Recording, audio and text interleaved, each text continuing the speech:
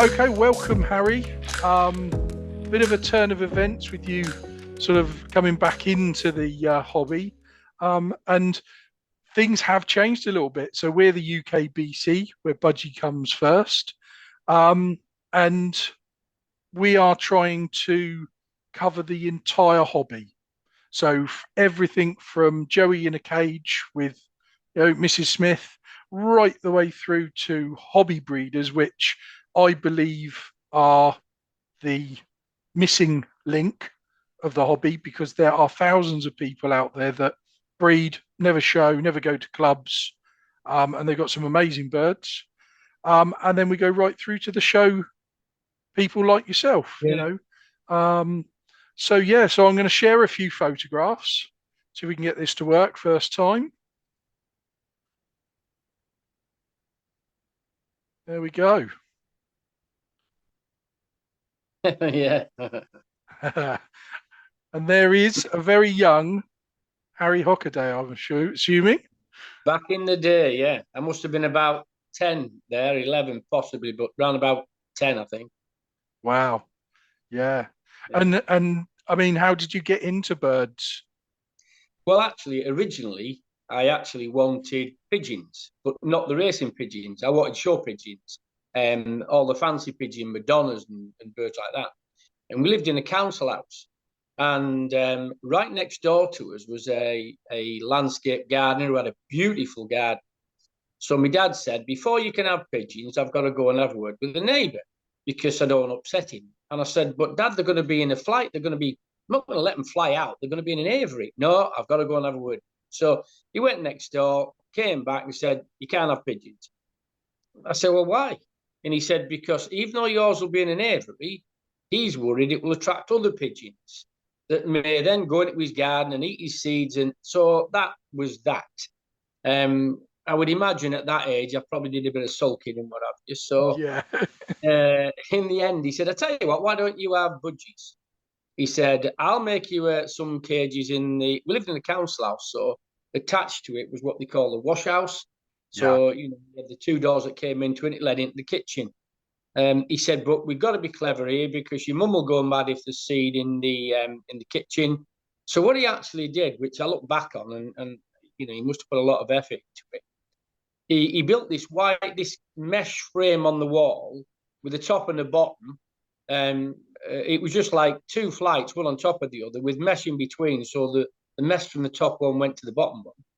And then next to it, he actually bought perspex, and he made breeding cages, and he put all the cage fronts with perspex, clear perspex, with a narrow bit across the top with mesh on, so they didn't steam up for air. And he made all the doors with the catches and everything else, Wow. um, to keep the seed in. And when I look back, the effort that he must have put into doing that was amazing. Was amazing. I don't think it really worked because we still ended up taking seed in the house, but nonetheless, the birds bred in there. So that was how I really first got into budgies. Was should have been pigeon, should have been budgies, and I got to budgies. And diagonally across the back from where we live, there was another guy who bred budgies, but he bred show budgies. And after perhaps a year or two, I plucked up the courage to speak to this guy over the fence, and he said, "Oh, come and have a look." And I remember his name. His name was George Radcliffe, and he's in partnership with his father. And I went in to have a look, and I thought, "Wow, I've got to have some of these." And that's really how it went from pet birds to show Yeah. Yeah. And was there a massive difference even then between pet Oh and yeah. show birds? Yeah, there was. Yeah, I mean, the Wow. pet birds then were like the pet birds. They were a bit like the birds of colour that we have now. Yeah. They were a lot smaller and in type, and these birds looked just super. In actual fact, it's where I saw my first long flight. Ah. Um, because I remember seeing this bird, and it was huge, but its wings were like a helicopter, crossed right across its back. It had quite a long tail, but the main feature was these wings crossing. And I remember his dad chirped up and said, "Hey, lad, you don't want any of them." He said, "Them is long flights. You don't want them in your stuff." And he had one in there. And that's how I remember seeing my first long flight. But the Yeah. rest of the birds were noticeably bigger In today's market, they would be the pets. Yeah, But yeah, going back then, if I was 12 then and I'm 68, 69 this year, that was a lot of years ago. And, so the shorebirds of the day then would be the pet birds of today, I guess. But at the time, yeah. they really, what a difference. And I was hooked. I just couldn't see past them then once I'd seen them.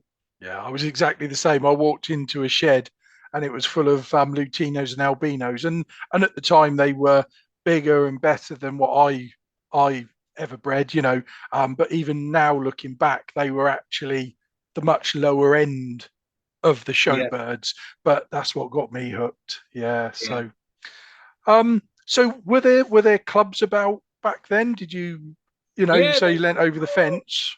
there was no budgie clubs, but there was Barrow. It was Barrow and District Cage Bird Society, and they had budgies and canary and all the various different breeders of the different varieties. And I got involved in there, and when I look back in it, we had some really good budgie men in the club as well. But there were cage bird shows, and Yeah. I ended up as secretary of the club at one stage before I ended up moving. But it was great. It was fun. It was great times. We got on with the Canary men and Finch men, and they were all members of the same club. But the budgies we took seriously.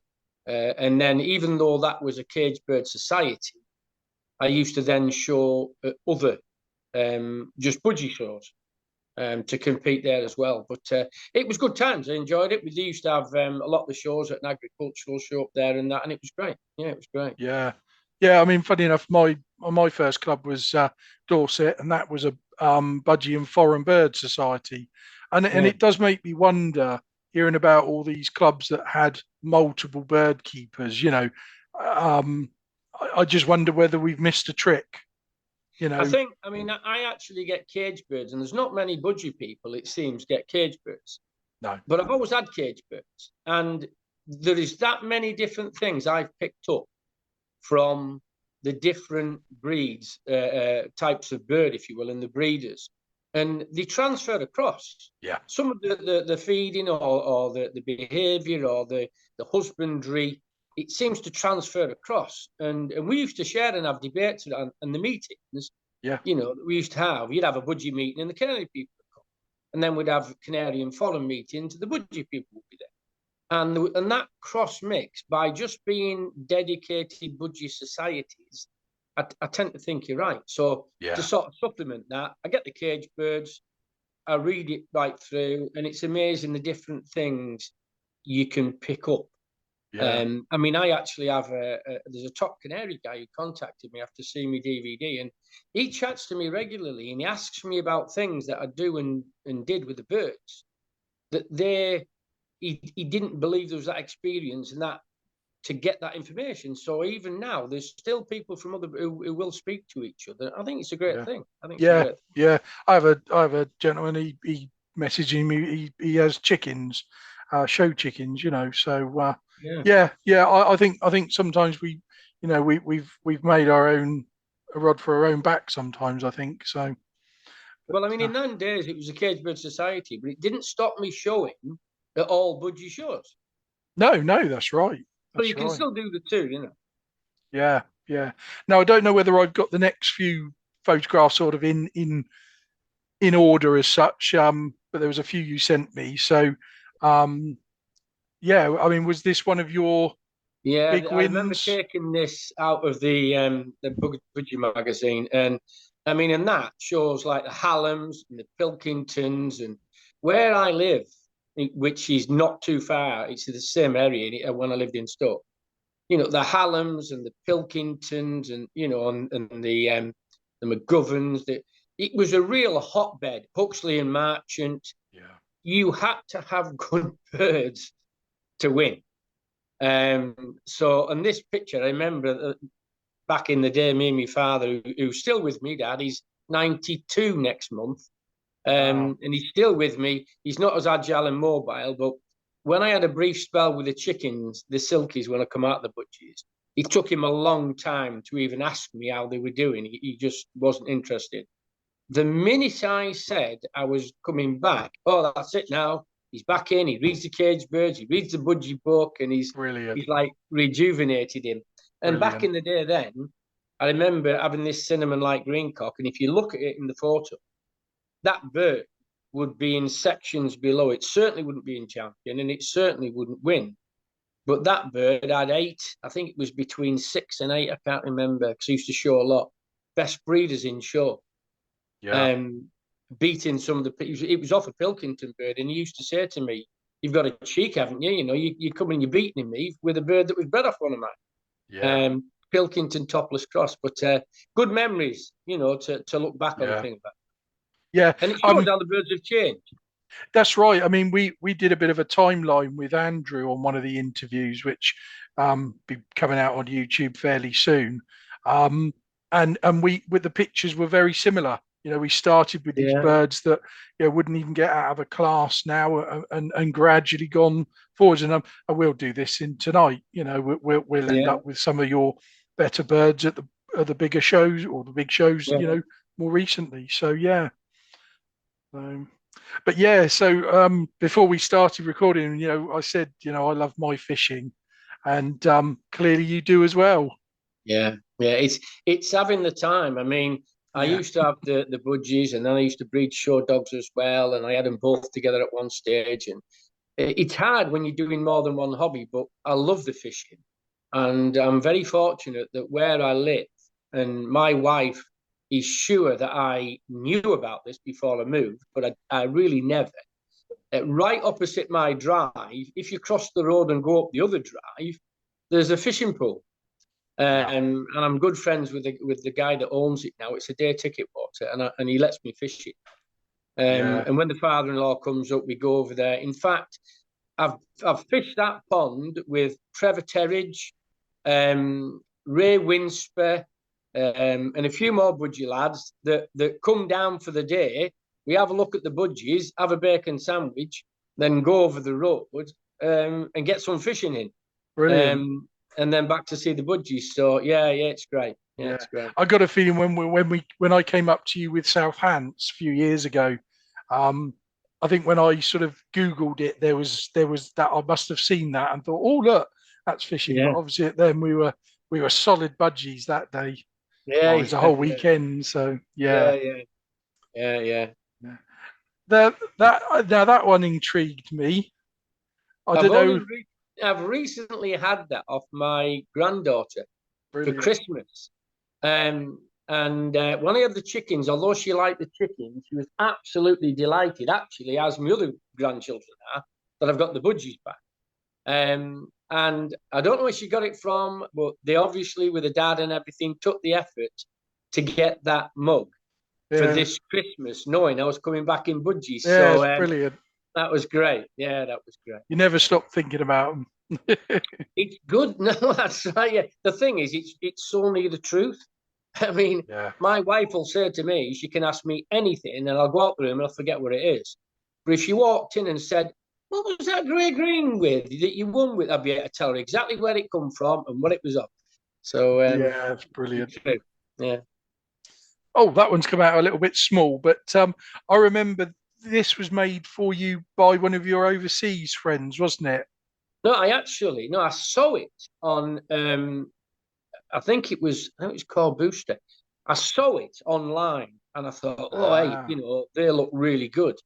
And we happened to be at one of the agricultural shows, and they were doing chainsaw carvings and carving all these things out. And unbeknown to me, my wife and my dad got together to get this done for me when I retired from work. So they got it done for me. But the problem was, my wife took pictures from my collection on Facebook. Now, some of them are cropped, so they don't show the tail. So she sent all these pictures off to this guy, and he did them. And then she said to me, she declared just before my birthday and said, "Oh, I've got a surprise for you, but you're going to have to drive to get it." Yeah, okay. So we jumped in the car and off we go to where he's got this. And there it was with his sheet over it. And he took the sheet off. And all I can say is, originally, it looked like an owl with a monkey's head. I mean, it just hadn't worked. And of course, I've a dilemma there. My wife is smiling, all passionate, and I've done this for you for your retirement present. But I thought, that's going to be sat outside my bird Yeah. with all the visitors. There is absolutely no way I'm better risking the wrath of my wife, like an upset. So anyway, I had to say, well, look, I'll tell you what to do. I'll send you some pictures. You're not far off. And if you can alter it, you know, and he went, no, just you send me the pictures that you want, and I will convert the other one I've got into an owl. Because I explained the tail and showed him photos, and of course my wife said, well, I just thought everybody knew budgies had long tails, and this is a guy that works in the country. He's a countryman, so in the end he recarved it with the photos that I sent him, and lovely. we had the tail. Yeah Brilliant. And that's your house as I remember it when we came over. Yeah, the garden doesn't look as neat, I'm afraid. It's a work in progress. But, it keeps us busy. But now I was really lucky that when I retired, I had the opportunity with Ange and my dad to move to where we are now, which I love. It's about 1.8 acres. It's a beautiful house. You know, I really love it here. We've got great neighbours. There was a tennis court, which was ideal for budgie sheds. So there was no way tennis was ever going to be played on there. So it's basically saying we've done quite a bit of work on it since. But and of course I then put my sheds up. Yeah. And we were talking about the chickens, and I mean, what made you have a go at chickens? Well, we first got to, why did I pack in? And then it leads to the chickens. Well, the reason I let the birds go was, in the hobby, if you're not careful, the more successful you are, the more pressure you don't understand is put on you. Because particularly I like to help as many people as I can. I've always been that way. You know, I was a trade union man for most of my working life. And then I was a magistrate for 11 years. So you spend your time trying to help other people. And that I do the same in the hobby. But it just stifled me. I had my 65th birthday. I had a party with a few budgie guys. And then the following day, Mike Ball come round. And I told him, then I said, look, the birds are going to go. You know, he spent ages trying to talk me out of it. He couldn't believe that the birds were going to go. And I said, Mike, I just can't face it anymore. And what had happened is I walked down the bird, and we'll go into the designs and that later, but the way that they were originally, where I had my Ostringer flights down the middle, and the breeding cages were on every wall. So I was surrounded by breeding cages, flights down the middle. I then had gone crazy and had another shed with the young birds. That's right, and it was really only to try and cope with the fact that the more I bred, the more I could keep, and the more people I could let people have birds. And it was like a circle I'd got into.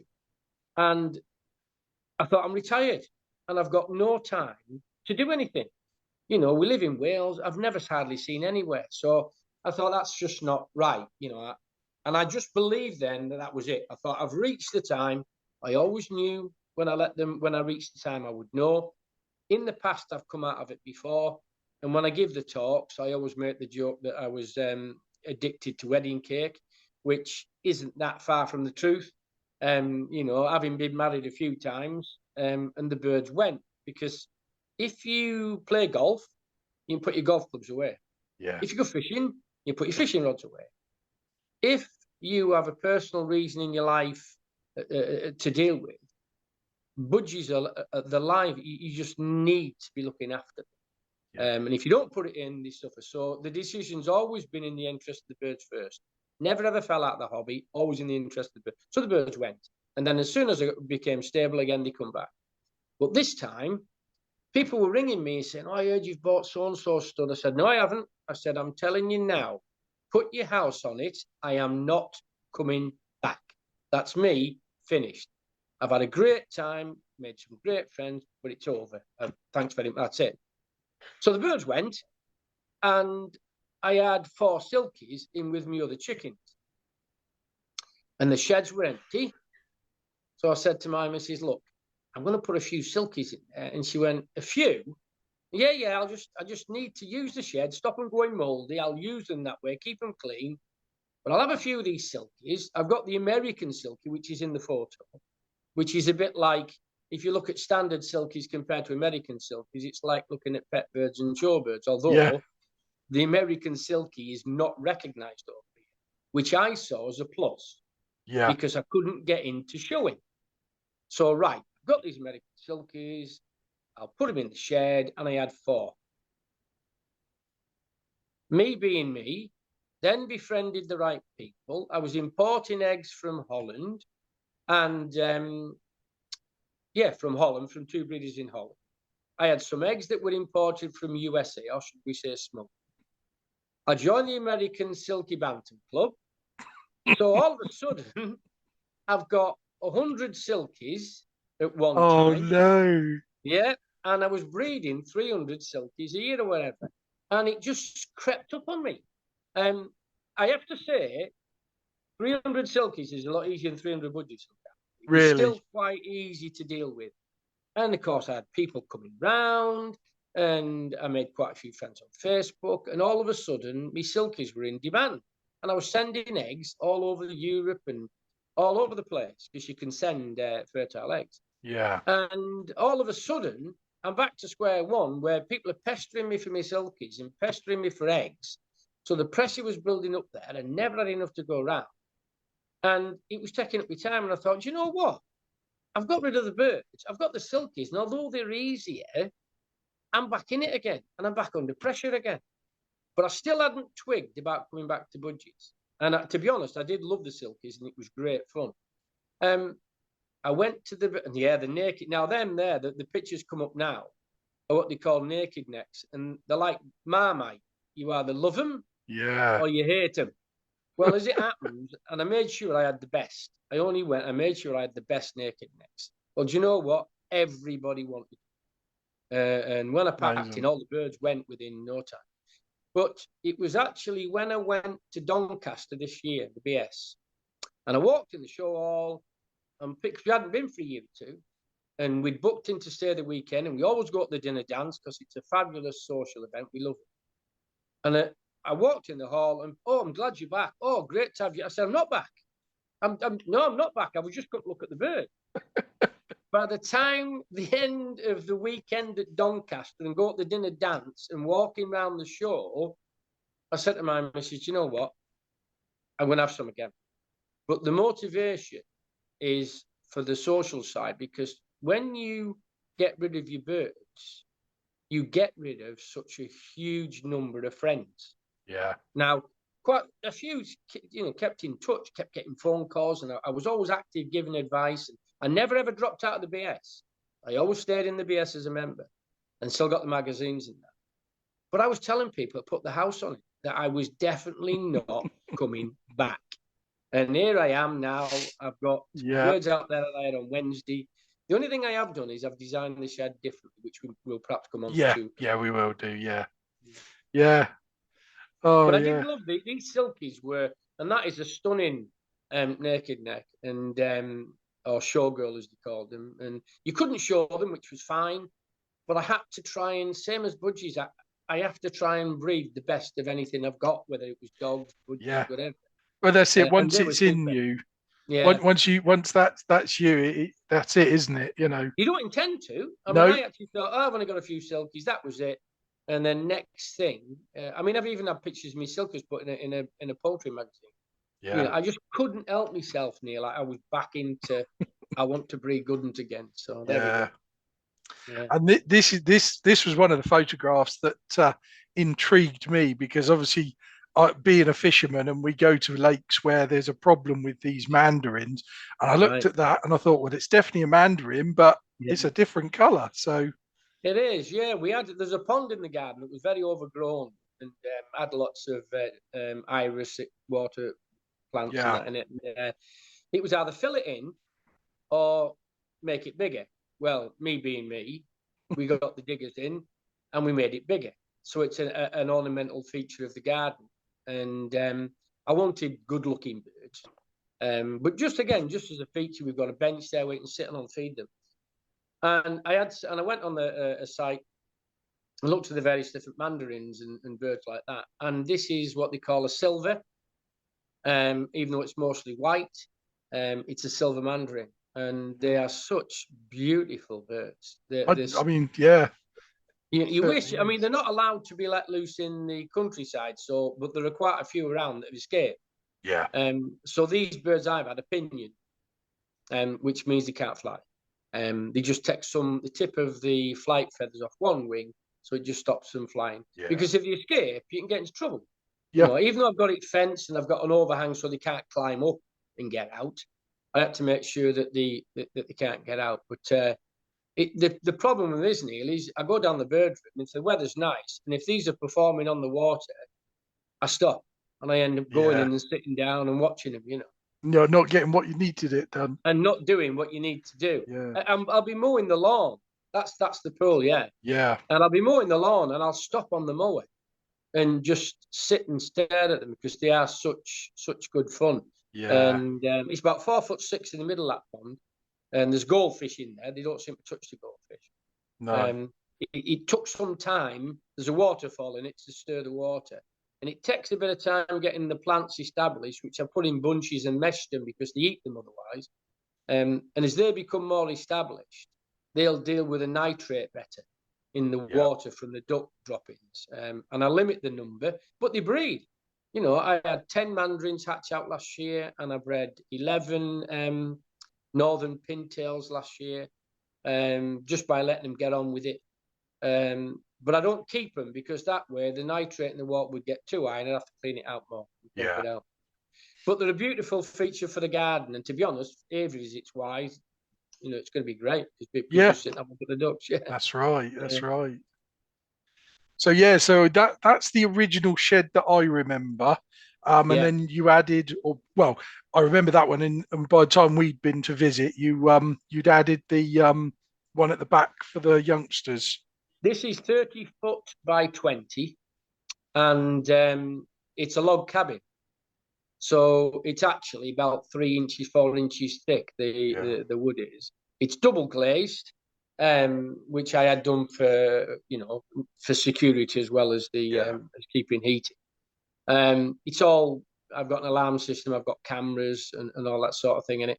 And then I had another one at the back because the breeding. I've always really not. I'm tempting fate now, but I've never really had a problem breeding. And I was rearing 300 birds a year, and I needed the room because some birds I was getting rid of before you're really ready to get rid of, and I didn't have the room to keep them. So I had 50 breeding cages, 2 big Austringer flights down the middle. I had a third Austringer flight crossways, and then I had a mobile flight that Ian and Scott Ainley made, which I've retained and moved to the front room. I put that in the back room, and it was purely for the young birds. But looking after the 2 sheds in the end, it got the better of me. It got the better of me. Is the other shed still there? It's now a she shed. My wife's got it. Yeah. Right. And I did that for a reason, not just being generous to my wife, but I know me, and it stops me putting cages in and budgies not. So she's got that. It's in a right mess at the minute because I've concentrated on doing the first one.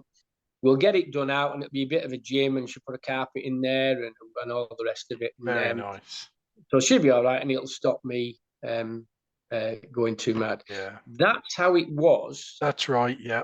Yeah, and as you can see, yes, there's a gangway around it, but with birds all round and birds in the middle, all kicking out seed and dust and then gathering the dust.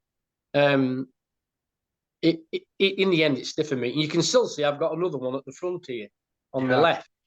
And it was great. You know, it worked well. The birds bred well in it. It's not a problem.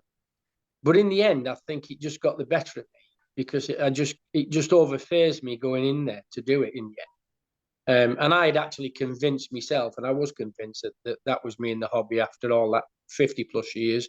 That was me finished. But I've designed the new one different, which I'm sure we'll go on to. Yeah. Yeah. There's a sink in there. There's a dishwasher in there. all them facilities, which I've still got all them. I've still got Yeah, I think if anything, I've always said, if something becomes a chore, you just don't do it at all, or don't do it properly. You do it all half-hearted, don't you? absolutely, And I've absolutely. designed my shed very much as simple as possible. I've got a store area now, and I can make that as messy as I want, stack things on top of each other, but it doesn't affect the birds, Yeah, and yeah. that's where I go now. So Outside of the shed, I've got a row of plastic seats that lift up, that's right. and I always kept. I had budgie seed in there, I had the budgie dishes in there, etc. But I've also added, which was between the two sheds. Well, it's between the two sheds. Two of the large green storage units, lift up lids and the doors at the front.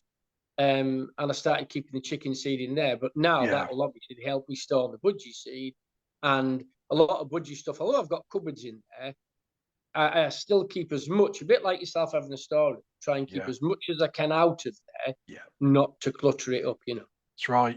You end up with more surfaces gathering dust, don't you? You Absolutely, know, absolutely. I mean, although saying that, I've during the summer I leave an internal door open, and I have noticed that me top of my show cages that were stored on the shelf, they've got a layer of dust on them. So Yeah. make some changes there for next year. Probably put them in bags or something.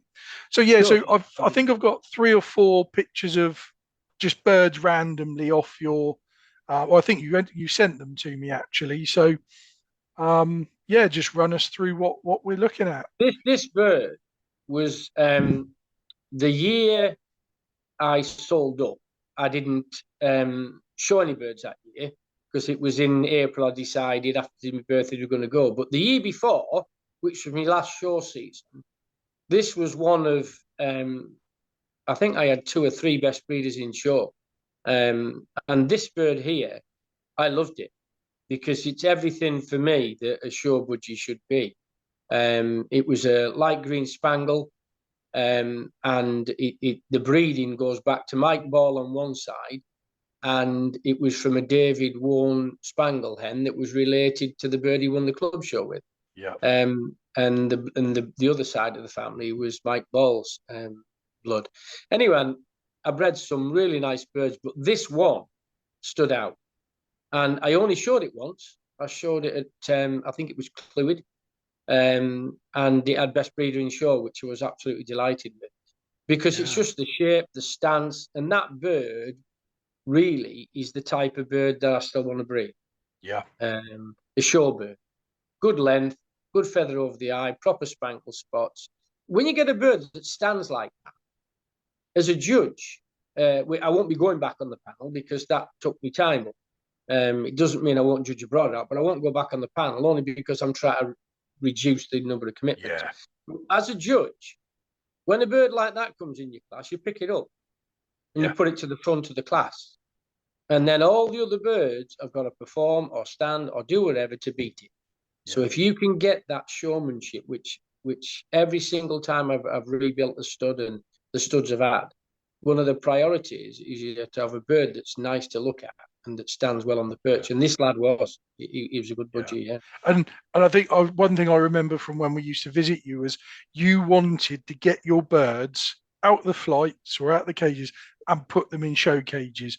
And that was your way of training them, wasn't it? When you have a lot of visitors, that's the good thing. Because by having a lot of visitors, although it takes up time, they want to see birds in show cages. Yeah. Yes, they can look at them in the flight, but they like to see birds in show cages. So the training for the birds, when people used to say to me, how do you train them? And I'd say, like this. Yeah. And that was it. There was no special training. I didn't cage them up with access to show cages or anything like that. I also do believe that you can breed it.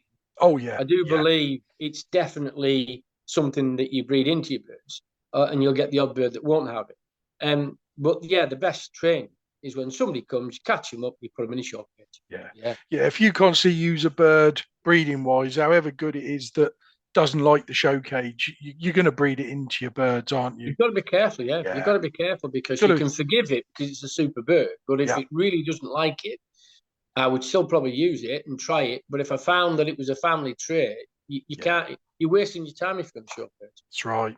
That's right. Now, this bird, I nearly never showed this.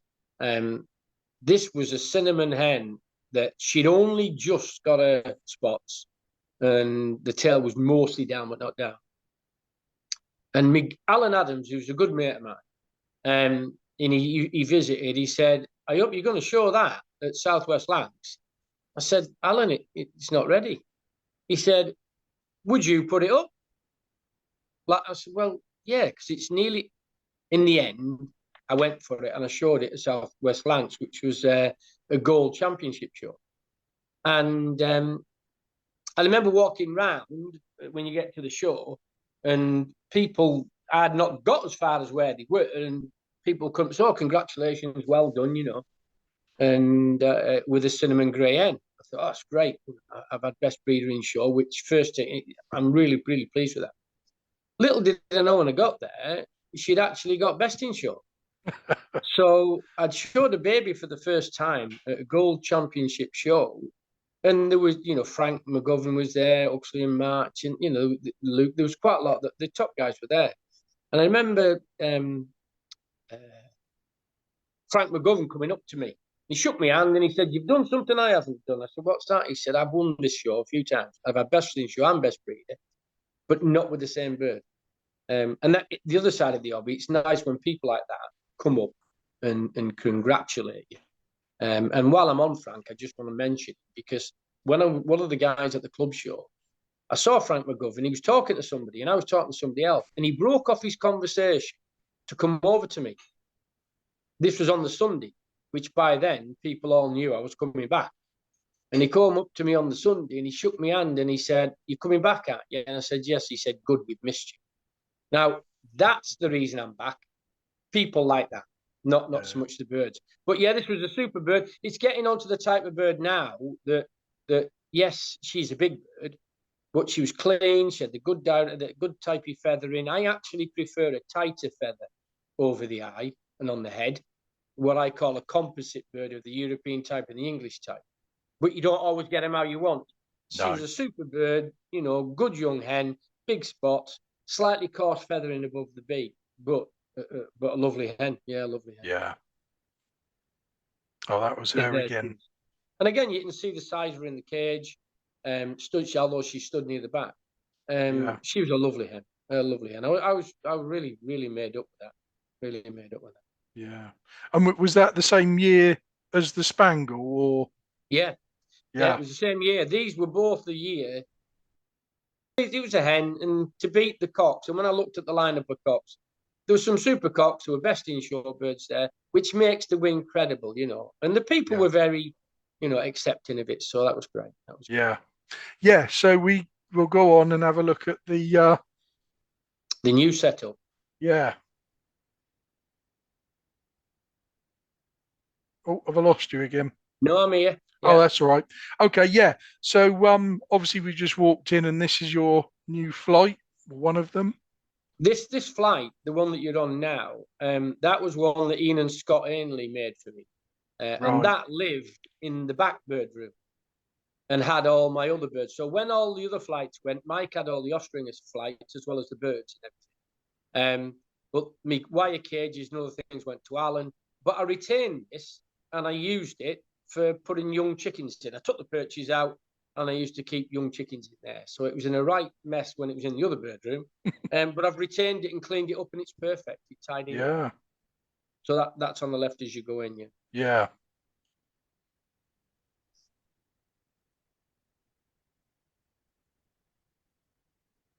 You say you've got some birds now? Yeah, I got some. Wednesday was the first time I have my first lot of birds back from Alan and Jeannie. Yeah. You see the difference? Them cages, they go 2/3 of the way around on one wall and the other. And there's actually, you can see there's 2 cages with no nest boxes on. Yeah. And I haven't even cut the holes out because I know if I did, I'd find 2 boxes for them. So I've got, they're just for taking barheads in, or if I'm taking a cock away from the parent, from the pair, and I want to drop him back, then the 2 cages. The rest, there's actually 28 wire breeding cages. So And I was going to say not the 50 that you used to have. no, I used to have 54 cages before, and I used 50 for breeding, and I've got 28 now, which is just roughly just over half. Yeah. And where the flight is that we're coming to now on the right, the cage is carried along that That's side and right. along that wall. Yeah. Well, I can't put them there now. That was the idea of putting the flight. Also, the aluminium and the mesh was what I had for the chickens because I built outside runs. So what I've done is I've utilised some of the panels that I had for the chicken runs, brought them inside, and with a grinder and a pop rivet gun and etc., I've fashioned them into this large flight on the left-hand side. And Alan Adams has had the rest of the panels because I had a lot, and I've used some of the panels to hold the perches because budgies chew. Now in that flight, there is absolutely nothing they can chew. Now I will get an apple branch and hang it in between where the perches we're looking at now and the previous ones are. I will actually hang an apple branch swinging in there, quite a big branch with various different branches coming off it, so they can go on that and chew that. I'm also fortunate that round the pond are willow trees, so I'll give them willow leaf to chew on. But in the flight, it's all plastic. The perches are on aluminium frame, and the perches are the hardwood perches, so they don't tend to do a lot of damage to them. So actually in that flight, there's nothing that will need painting and nothing for them to chew and destroy. No, very good. Yeah, and that was the original kitchen, wasn't it? I think this is the original kitchen unit. There's a sink. Even though the cold water's plumbed in, but I didn't plumb hot water. I just plumbed cold water, and I've got a kettle.